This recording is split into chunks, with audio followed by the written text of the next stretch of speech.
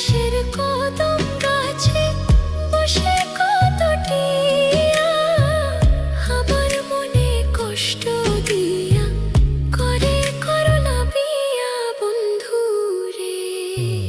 কি অপরাধ পাইয়া